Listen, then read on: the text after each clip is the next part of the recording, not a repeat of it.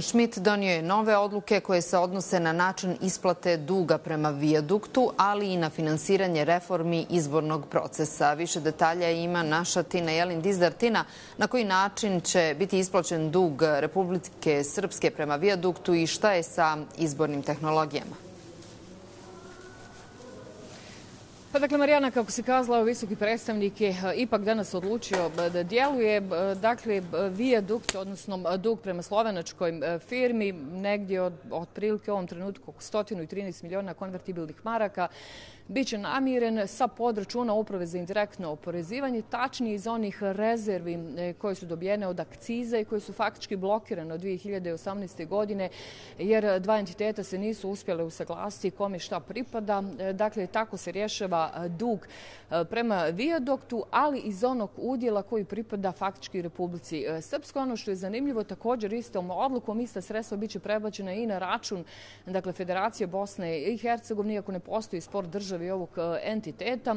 Dakle, udio Republike Srpske od akciza pod račun Uprave za indirektno oporezivanje ide na dug prema Viaductu, ili kako je obrazložio visoki predstavnik Schmidt, onaj koji je napravio taj dug će i platiti. I to je sukladno zapravo odluci koja je potpisana i 2017. godine. Ja ću samo kratko podsjetiti naše gledatelje.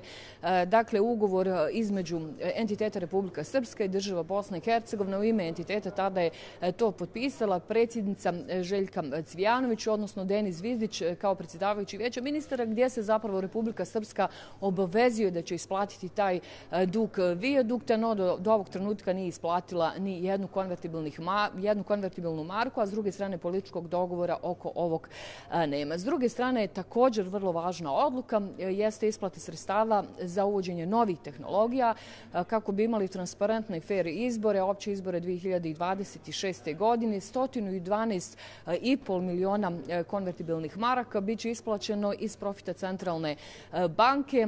Dakle, prije nekoliko dana direktorica Centralne izborne komisije za N1 televiziju je kazala da upravo je zadnji, krajnije, datum i oni su upozoravali u nekoliko navrata Vijeća ministara da se ovi novci koji su vrlo jasno utvrđeni i strategijom tih uvođenja nove tehnologije, odnosno koji je napravila Centralna izborna komisija, i ta strategija je, podsjetimo, prošla predstavnički dom, dakle krajnji vrijeme da se ti novci osiguraju u budžetu, inače dakle neće se moći uvesti nove tehnologije, obzirom da apsolutno i u nacrtu onog budžeta koji je otišao na predsjedništvo, a predsjedništvo ga vratilo, nije bilo dakle uopće sredstava za uvođenje novih tehnologija. Eto, visoki predstavnik je odlučio da i tu reaguje i pritom je rečeno da će također novci sam računa iz dobiti Centralne banke se mogu koristiti isključivo za državne institucije, odnosno za pripremu dobrog budžeta.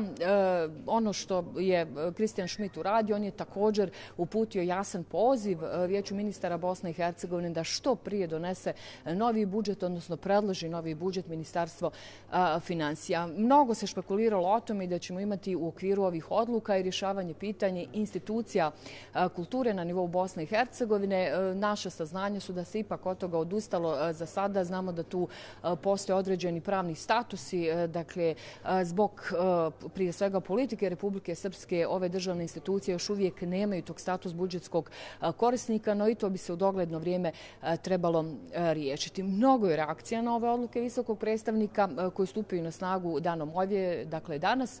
Uz ostalo, znamo da je Srđan Midžić reagirao još prije 2 dana, a zbog čega? Zato što je Schmidt o svemu ovome, dakle sve one nadležne institucije obavijestio da će nametnuti odluku još prije 2 dana. Ministar financija je kazao kako se faktički otkida od, citiram, dakle usta građana Republike Srpske od njihovih penzija da bi se isplatilo ovo dug prema Viaduktu, no pritom i cijela plejada političara iz Republike Srpske, gotovo svi zvaničnici SNSD-a su reagirali na isti način. Radi se o političkoj odluci, očajničkom potezu Schmidta koji je politički egzekutor, da na ovaj način pokušava da ucijeni vlasti Republike Srpske, no pritom se zaboravlja reći da su upravo vlasti Republike Srpske, vlada Republike Srpske tada na čelu Milorada Dodika donijela tu spornu odluku kojom se ta koncesija oduzima slovenačkom Viaduktu i da je zahvaljujući politici Republike Srpske upravo napravljen ovoliki dug, dakle kada je javno pravobranilaštvo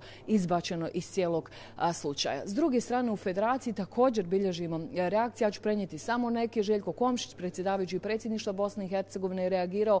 On kaže kako je sada na Ministarstvu financija, odnosno na Vijeću ministara, da pohitno pošalje novi budžet institucija i državnih obaveza i da će on odmah sazvati vanrednu sjednicu predsjedništva kako bi taj budžet prošao. Također reagirao i premijer Federacije Nermin Nikšić, koji je pozdravio ovu odluku, rekao da je dobro da niže administrativne jedinice plate svoje dugove. Također ono s čime je zadovoljen jeste i ova pododluka, uslovno rečeno, a to je da Federacija tu dobije dio svog kolača iz rezervi od akciza. Dakle, ono što do danas nije dogovoreno, dakle metodologija isplate ovog novca iz rezervi putem akciza.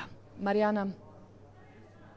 Tina, još jedno važno pitanje je i funkcioniranje državnog parlamenta. Dom naroda i danas bi na hitnoj sjednici trebao razmatrati smjenu kadrova Saveza nezavisnih socijaldemokrata u Domu naroda i Vijeću ministara Bosne i Hercegovine. Šta se trenutno dešava u institucijama BiH na sjednici?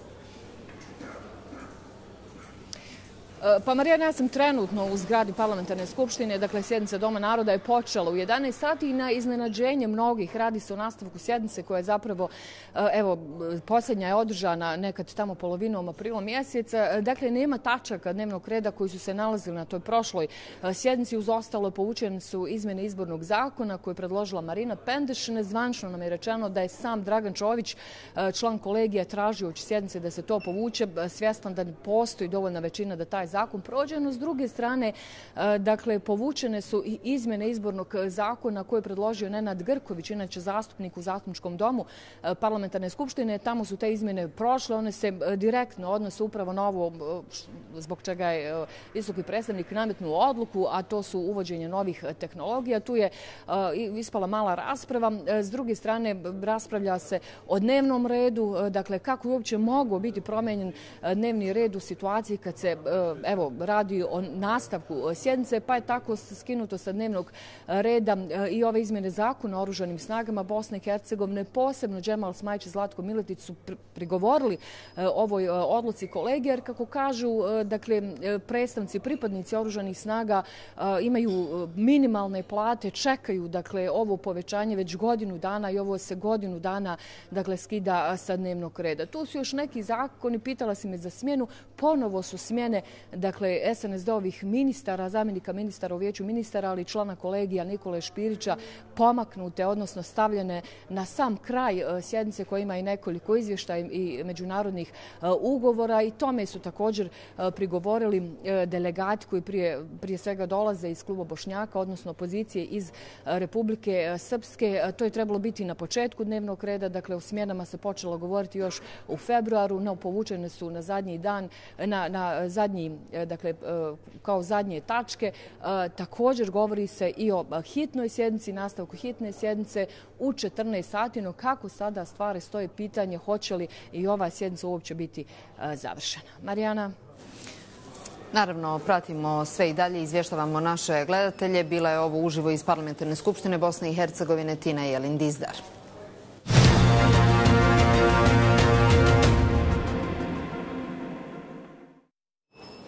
I kao što smo već rekli, visoki predstavnik u Bosni i Hercegovini nametnuo je nove odluke, ali između ostalog političarima u Bosni i Hercegovini poručio da hitno usvoje budžet. U nastavku poslušajmo njegovo obraćanje medijima. Good morning to all citizens of Bosnia and Herzegovina. For months, I and probably you, we are observing that severe problems are mounting more and more. As the High Representative for Bosnia and Herzegovina, I have decided to act now in the interest of the people, of you. Let me sum up the biggest issues we are facing. There is still no budget of the state for 2025.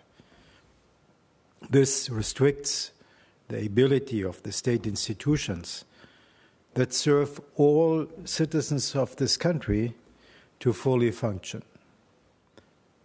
no adopted budget means, aside of a lot of other grievances, no funds for the implementation of election integrity reforms, which are key requirement of the EU, of Dayton and the OSCE, can go on.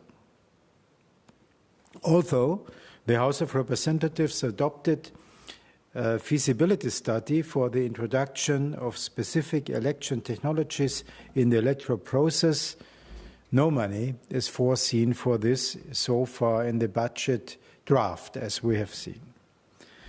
Another serious threat are the debts arising from the arbitration decisions, especially the so-called Viaductu case. They threaten key state institutions such as the Central Bank of Bosnia-Herzegovina and BHANSA, the air traffic control agency of Bosnia-Herzegovina. The Attorney General's office has highlighted the potential consequences of this case in more than 15 letters to the institutions of BiH, including the competent authorities in the Republika Srpska. The final and binding decisions from the arbitration court, this International Arbitration Court in Washington, from April 2022, set the debt to be paid to Viaduct to almost 80 million km. Due to daily interest rates, the amount has risen to more than 110 million km already, and it's still growing day by day for 9,000. There are no serious efforts for resolving these critical issues in time to avoid negative consequences which will be felt by all people in this country, as Viaduct will try to get its money from BiH state institutions, although the RS is responsible for the debt. The High Representative will act. By the way, some are expressing doubt whether this is legitimate. I will just remind you that Bosnia and Herzegovina is still a country under Chapter 7 of the UN Charter, as the UN Security Council is confirming now for 3 decades, now on a regular basis, after the catastrophic situation and war and genocide in 1991 to 1995. Meaning that the international community remains engaged. This is the reason why the international community, with the 2 elements, EUFOR Althea and the High Representative, still holds the final executive responsibilities in this country. The UN Security Council confirmed with its resolution 1144 the use of the so-called bond powers, my powers, in Bosnia and Herzegovina. In light of all these considerations, I have decided to act. First, a portion of the so-called settlement reserve from the road toll revenues, which are blocked since 2018, will be redirected to settle the Viaduct claim. The settlement will be done from the presumed share of Republika Srpska. The share is not intended for RS budget expenditure and has no impact on the budget stability of the RS. It will not affect any payments or services for the people in the RS, but with this decision it is activated.